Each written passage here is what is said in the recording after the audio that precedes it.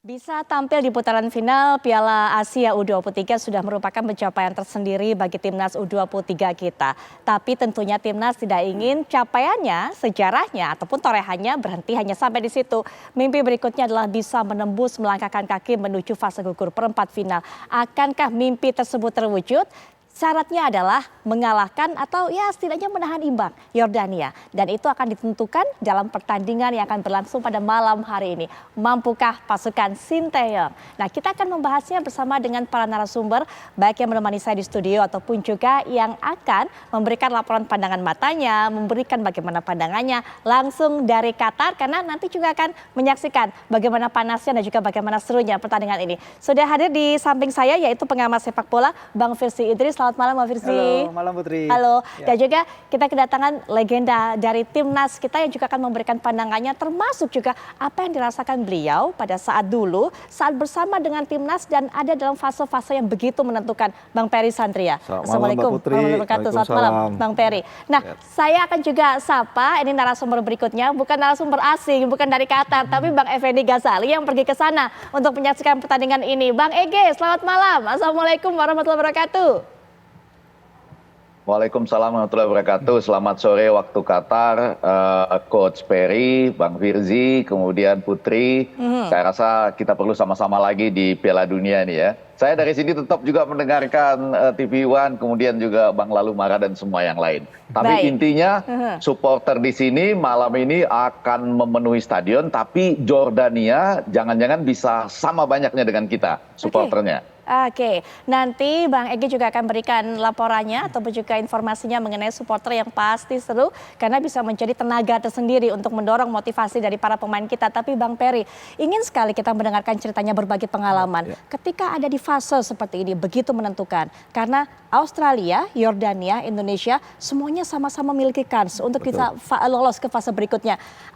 Seperti apa tekanan yang dialami oleh para pemain biasanya? Yang pasti kalau kita menghadapi pertandingan sekarang ini yang menentukan perjalanan kita hidup mati kalau dibilang ya. Hidup mati ini sangat tegang sekali ya. Ini sangat berpotensi larinya kita ini ke mental gitu. Oke. Ini tergantung semuanya mental kita itu kuat apa enggak. Itu aja. Kalau kita mental dan kita udah siap, saya rasa itu semuanya aman. Baik. Karena terutama saya sampaikan kepada timnas kita selamat sudah bisa memenangkan pertandingan melawan Australia, tim kuat di grup A ini ya. Iya, betul. Setelah timnas U23 dikalahkan oleh Qatar, kita mampu bangkit, kita bisa mengalahkan tim Australia dengan skor 1-0. Baik. Saya rasa ini mental anak-anak Indonesia kita ini sudah mulai percaya diri untuk kedepannya melawan Yordania nanti malam ini. Oke, baik. Yang mudah-mudahan nanti malam bisa menang. Ada dua cara ya untuk bisa lolos ke perempat final. Yang pertama, bagaimana kita bisa memenangkan pertandingan. Ya setidaknya kita hitung-hitung kalau paling jelek kita bermain seri. Betul, ya. betul. Tapi yang kita waspadai juga permainan dari Yordania juga kan gitu. Mungkin malam ini dia bermain agresif ya, karena untuk bisa memenangkan pertandingan untuk malam ini lawan Indonesia. Meskipun nanti Australia lawan Qatar, Australia bisa memenangkan pertandingan, ini kan nilai sama ini dengan Indonesia. Betul. Itu mungkin mereka bicara dengan head to head, mereka harus golin lebih banyak dari head to head. Jordania. Yordania juga harus bisa mengalahkan Indonesia lebih dari 1. Karena kalau tidak lebih dari 1 nggak bakal lolos. Baik. Yordania ini kan Mbak Firzi selalu terkenal dengan kekuatan fisiknya. Mereka bisa tahan imbang Australia. Bahkan kemarin juga nyaris terhindar dari kekalahan saat berhadapan dengan tuan rumah kalau tidak ada gol yang di saat-saat terakhir itu. Begitu kan?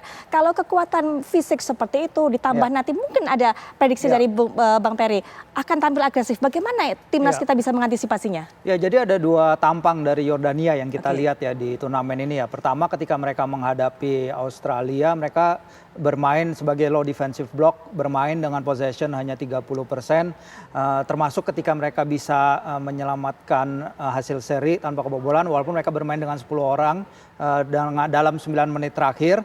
Tapi ketika melawan Qatar, tadi mereka berani menyerang. Possession mereka bisa menorehkan hingga 70%. Mereka bahkan hampir memenangkan pertandingan pada menit 10 injury time kalau tembakan pemain nomor 7 mereka, Arif El Hadj itu nggak melebar. Jadi, tapi setelah itu mereka justru kembali menerima serangan dan habis itu kebobolan dari situ. Jadi memang swinging banget. Kita tahu Jordania tim seniornya berhasil menembus final Piala Asia Senior yang kemarin ya. Untuk kali pertama sepanjang sejarah mereka. Tapi kalau kita bicara mental, tadi Bang Peri juga udah bicara mental, it's not easy, nggak mudah bermain di Piala Asia U23. Pastinya. Karena Thailand 4 penampilan mereka di Piala Asia U23 ini 3 kali mereka nggak keluar dari fase grup. Vietnam U23 mereka debutnya di turnamen tahun 2016 mereka kalah 3-3 pertandingan di fase grup. Jadi mereka ada suatu mental yang harus bermain dari anak-anak muda ini. Oke, kalau bicara mental sebenarnya positioning tim kita cukup unik ya Bang Peri ya. Karena 14 dari 23 pasukan Sintayong sudah pernah mencicipi level senior. Itu adalah proporsi terbanyak dari tim-tim lain. Kita punya 6 pemain abroad yang bermain di luar negeri. Itu juga proporsi terbanyak dari tim-tim Asia Tenggara lain. Jadi di sini kita menghadapi suatu situasi di mana oke, ini adalah debut kita di turnamen ini, tapi di satu sisi kita punya pemain-pemain yang bahkan udah pernah main loh lawan Argentina ketika Juni 2023 lalu. Rizky Ridho, Hernando, Witan, itu semua udah pernah main lawan Argentina. Mereka tahu rasanya bermain melawan juara dunia dan sebagian dari mereka juga jadi core team yang menang di Hanoi, di Meidin setelah 20 tahun lamanya kita bisa menang. Jadi ya, ini adalah kesempatan berharga. Kalau mental berbicara, harapannya memang mental kita lebih siap daripada Jordania. Harapannya seperti itu, debut tapi harapannya nggak demam panggung. Dan itu semoga sudah teruji saat berhadapan dengan Qatar ataupun juga Australia. Timnas U23 kita juga memang belum pernah berhadapan dengan Timnas U23 Jordania. Tapi pasukan senior kita pernah berhadapan dengan Timnas senior Jordania 5 kali. Dan 5-5-nya harus merasakan kekalahan Timnas kita. Semoga akan ada sejarah berbalik, catatan berbalik yang ditolakkan oleh Timnas U23 kita. Nanti kita akan bahas lebih lanjut setelah jeda berikut ini. Baik, pemirsa, stadion kali ini akan menjadi lokasi bertanding bagi timnas berhadapan dengan Jordania adalah Stadion Abdullah bin Nasser bin Khalifa. Dan Coach Sintayong sendiri di depan media mengatakan bahwa ia begitu merasakan tuah dari stadion ini. 3 kali ia bertanding, 3 kali juga ia meraih kemenangan di stadion ini, 2 kali bersama timnas Indonesia dan 1 kali bersama timnas Korea Selatan. Akankah ia kembali merasakan tuah? Nanti kita akan bahas lebih lanjut, tapi saya ingin dengar sekali pandangan dari Bang Effendi Ghazali kalau tadi sudah bercerita sedikit mengenai supporter Indonesia kayaknya sama banyaknya nih bakal disaingi dengan supporter Yordania. Bagaimana kemudian informasi terbaru yang bisa disampaikan Bang Ege dari sana, Bang? Ya, nanti stadion persis Stadion Abdullah bin Khalifa di Duhail itu akan dibuka pada pukul 16.30.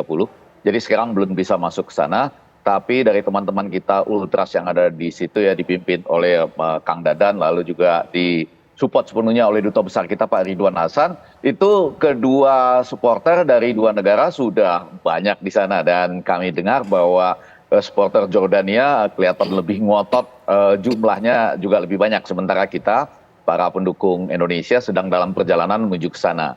Dan betul sekali Putri, tadi juga ya Bung Firzi dan Coach Peri luar biasa analisisnya, tapi stadion ini Abdullah bin Nasser bin Khalifa di Duhail ini stadion yang bersahabat buat tim Indonesia ya. Kita mengalahkan Vietnam di sini 1-0, kemudian kemarin mengalahkan Australia 1-0. Berbeda dengan stadion Jassim bin Hamad ya, di mana kita kalah dengan Qatar 0-2. Pernah juga tim senior kita kalah dari Australia 0-4 begitu. Dan jangan lupa, betul soal mental ini akan berlangsung sepanjang pertandingan. Karena Putri dan para pemirsa, pertandingannya berlangsung simultan ya pada saat yang sama. Artinya di stadion satu lagi, Jassim bin Hamad Australia akan bermain melawan Qatar. Walaupun Qatar itu menjanjikan tidak akan memberi kemudahan apapun bagi tim Australia katanya Firzi. Tapi kita sama-sama seperti sepanjang pertandingan itu akan saling mendengarkan hasil dari pertandingan sebelahnya seperti apa. Dan kalau melawan Australia kemarin boleh dinyatakan supporter Australia kan tidak terlalu banyak. Kita menguasai stadion dan stadion Abdullah bin Nasser bin Khalifa di Duhail ini kan sebetulnya relatif cukup kompak gitu ya, agak kecil dan kita bisa sangat dekat dengan pemain begitu, atmosfernya khusus. Saya rasa nanti malam akan tersaji 2 atmosfer di samping Sintayong dan para pemain beradu taktik dan beradu bagaimana menjaga kepercayaan diri. Mudah-mudahan persis seperti kita bermain lawan Australia kemarin. Tapi juga akan ada yel-yel adu antar supporter nih yang belum pernah terjadi sebelumnya. Saya kebayang dari cerita Bang Egy tadi, bagaimana nanti tekanan akan dialami oleh para pemain begitu kan. Apalagi mendengar can-can ataupun juga yel-yel dari kubu seberang, dari para supporter kubu Yordania. Tapi bicara mengenai mental, ini juga erat kaitannya dengan bagaimana performa yang ditunjukkan oleh para pemain nanti. Kalau mental sudah drop, banyak sekali kesalahan-kesalahan yang tidak perlu, tidak penting dilakukan oleh para pemain. Itu yang kita harapkan tidak terjadi, Bang Peri. Itu pasti ya, dari mental kita sudah tahu bagaimana kesalahan-kesalahan dari pemain itu terutama dari passing bola itu kita udah tahu, ini anak mental sudah. Dari sentuhan pertama udah salah berarti mental. Apalagi kita kan banyak tekanan-tekanan dari penonton ya. Itu lebih parah lagi kalau ada tekanan dari penonton. Kalau mental kita tidak siap, lebih bagus kita istirahat. Oke, baik. Daripada kita paksakan, makin lama ini berujung ke tim nantinya. Iya. Kalau tadi Bang Peri juga mengatakan sepertinya juga Yordania akan tampil begitu agresif kali ini. Bagaimana lini per lini kita sudah cukupkah kekuatannya untuk bisa mengantisipasi? Saya rasa yang lebih banyak tahu adalah dari Coach STY sendiri ya. Karena malam ini yang kita harus waspadai adalah permainan dari Yordania dengan agresivitasnya. Ini harus kita waspadai dari pemain-pemain lini belakang. Saya harap malam ini pemain-pemain dari anak-anak U23 jangan ada lagi kesalahan-kesalahan sendiri gitu ya. Kebanyakan gol-gol dari kita ini ke gawang Indonesia itu adalah banyak kesalahan dari pemain-pemain kita sendiri. Terutama ini adalah kesalahan dari dasar sekali ya, dasar passing kan yang salah. Terus tidak menjaga terlalu ketat lawan.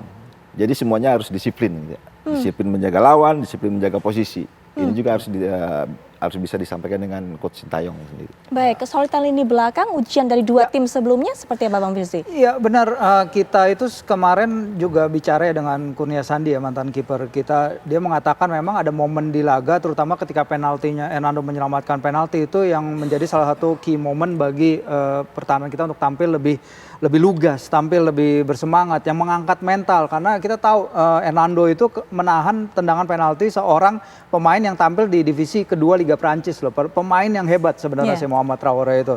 Tapi dengan penyelamatan yang hebat dan bagaimana kita bertahan dalam menghadapi gempurannya Australia, kita menghadapi 21 shot, Hernando menghadapi 30 umpan silang sepanjang 120 menit pertandingan itu ya, 90 menit plus injury time di kedua babak yang sangat lama sekali. Tapi kita bertahan dengan sangat impresif, itu suatu hal yang sangat luar biasa. Sementara kalau kita lihat Yordania ini tim yang memang bertahan, seperti disebutkan tadi ya, mereka punya dua muka ya. Mereka bisa bermain 3 back juga, mereka bisa bermain 4-2-3-1 juga. Pertandingan pertama mereka main 4-2-3-1, pertandingan kedua mereka main 3-4-3. Dan di pertandingan ini kapten mereka yang skorsing lawan Qatar akan kembali, Daniel Avaneh. Itu merupakan suatu sosok leader juga di lini belakang mereka. Jadi kita harus bisa juga transisi menyerang, tadi dibilang agar tidak terlalu kehilangan bola, terutama dalam situation transisi menyerang.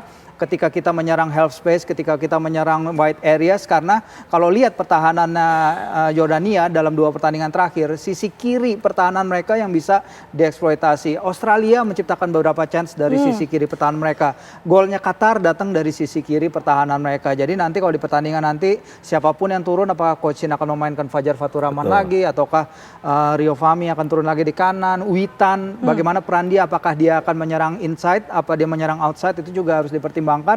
Karena ada suatu celah sebenarnya yang bisa dimanfaatkan di situ, Putri, yang bisa kita manfaatkan untuk mencari gol yang penting itu tadi. Karena chance creation juga penting, Bang Peri. Sebelum siaran tadi kita juga bicara bagaimana chance creation di turnamen seperti ini penting, karena sejauh ini timnas lawan Australia itu kita mencetak gol dari satu-satunya tembakan on target kita. Jadi memang sejauh ini chance creation di level Asia ini kita lihat juga di Piala Asia Senior susah sekali untuk menciptakan situasi. Karena lawan kita jago-jago emang. Lawan kita Australia, lawan kita Jepang. Itu adalah tim-tim yang 2-3 level masih di atas kita ya. Tapi untuk sekarang chance creation ini yang harus kita manfaatkan. Dapat situation kayak apa, mau itu lemparan ke dalam arhan, mau itu situation set piece lagi kayak kemarin.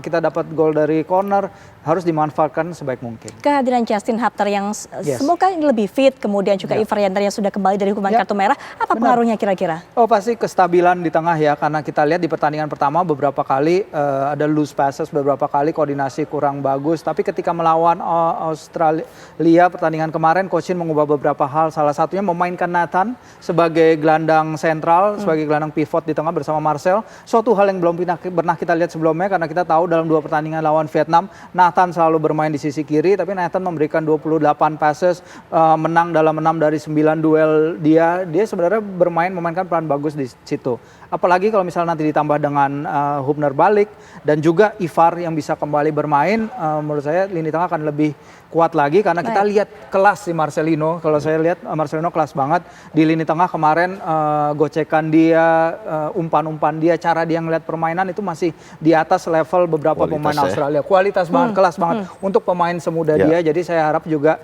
kita bisa melihat nanti Marcel bisa lebih dilepas, mungkin lebih ke depan sesuai yang dia inginkan, karena dia beberapa kali bilang memang lebih nyaman bermain dia sebagai number 10, tapi dia akan bekerja keras dimanapun sang pelatih menginginkannya. Baik, ujian mental sepertinya pemirsa tidak hanya ada di kubu pemain ataupun juga di tahapan pemain, tapi juga dirasakan tekanan ini bagi sang pelatih yaitu Coach Sinteyong, karena hasil dari pertandingan ini mungkin bisa menentukan apakah kontraknya diperpanjang sebagai pelatih timnas, yang nanti kita akan lihat kelanjutannya. Nanti Bang Ege juga bisa beri pandangan mengenai hal ini, kita akan bahas setelah jeda. Tetaplah bersama kami di Apa Kabar Indonesia Malam.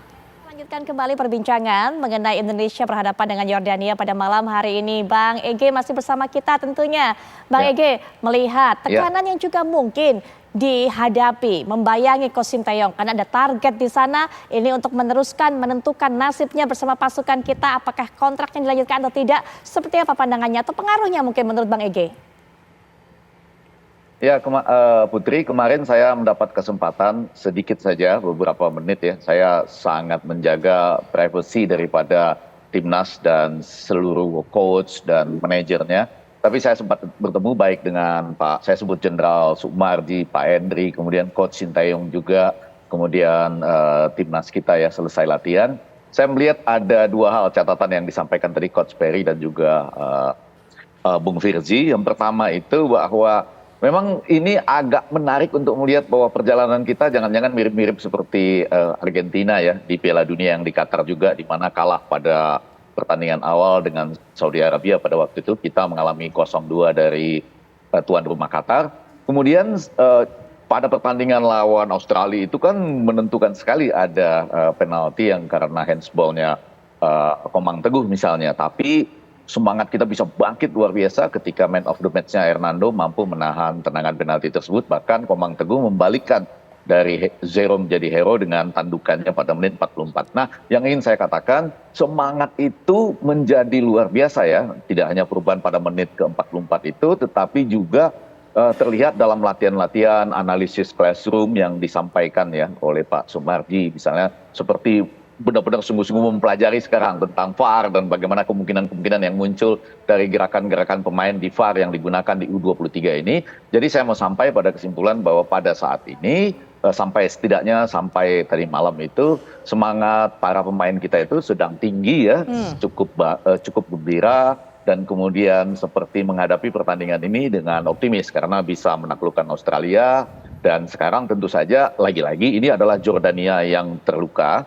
Dan saya agak sedikit berbeda pandangan Bung Firzi dengan Coach Perry. Saya tadi sudah sampaikan juga ke TV One ya tentang bab 7 dari peraturan AFC itu. Saya khawatir walaupun anak judulnya itu head to head kriteria begitu, tapi di situ dimasukkannya soal yang pertama itu jumlah poin di dalam grup, yang kedua selisih gol, yang ketiga jumlah gol memasukkan gitu. Kalau masih sama katanya baru dilihat head to head antar dua ini ya yang saya sampaikan tadi. Coba lihat bahwa di situ memang judulnya itu head to head kriteria, tetapi pada poin di bawahnya langsung disebutkan poin di dalam grup, kemudian itu ada selisih gol, sama baru kemudian gol memasukkan. Kalau jadi ada hal yang masih tetap sama antara tim in questions, baru dilihat head to head antar kedua tim. Jadi ini agak ambigu nih definisi head to headnya. Karena itu rasanya yang paling aman itu adalah walaupun pertandingannya simultan ya sudah, kita berusaha betul mencapai kemenangan tanpa misalnya,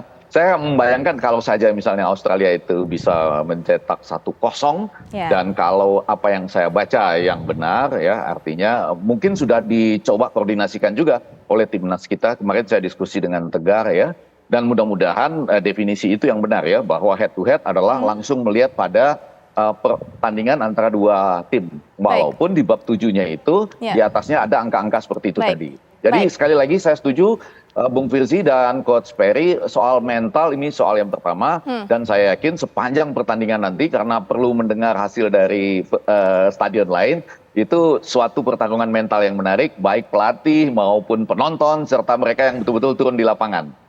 Oke, baik. Bang Firzi mungkin singkat juga menutup bagaimana menjelaskan soal ambigu head to head jika kemudian ada yang sama poinnya nanti. Berpeluang poin sama adalah Indonesia dan Australia. Ya, kalau saya lihat dari situsnya si Socceroos ya, Socceroos federasinya Australia juga mereka bilang mereka itu perlu kemenangan yang lebih besar dari Jordan. Jadi kalau Jordan menang 1-0 mereka perlu 2-0 untuk maju. Sementara disebutkan di sini kalau pertandingan satunya berakhir imbang, kita dengan Jordan ini berakhir imbang, Aussie akan tereliminir karena mereka mempunyai head to head yang lebih buruk karena mereka kalah itu tadi kan, walaupun dari goal difference mereka lebih bagus. Jadi kalau dari situs federasinya Australia juga udah mengatakan seperti itu, dan teman saya jurnalis juga ada di sana mengatakan bahwa memang sepemahaman dia juga adalah masih seri lolos, kalau seri menang atau seri lolos, tapi kalau kalah ya kita out. Nah, makanya di sini kita jangan ngejar seri, kita harus menang, ngejar menang deh. Betul sekali. Bang Perry, di tengah keterbatasan ini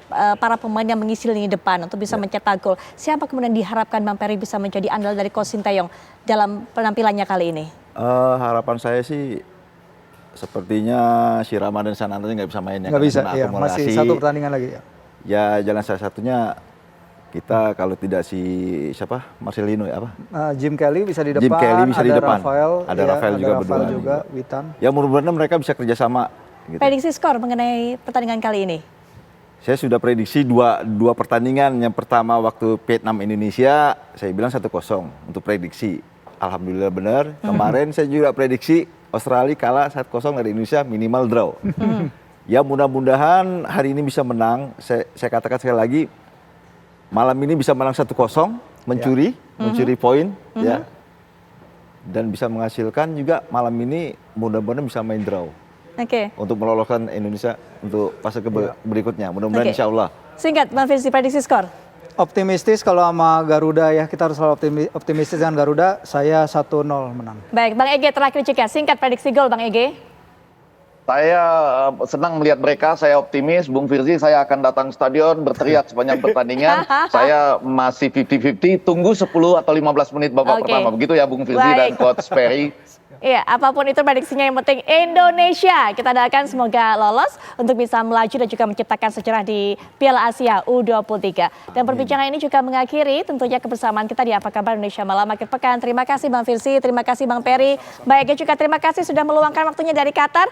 Dan ada Caca juga tentunya. Benar sekali Putri, tanpa terasa kita harus menutup Apa Kabar Indonesia Malam ya. Saya Caca Anissa.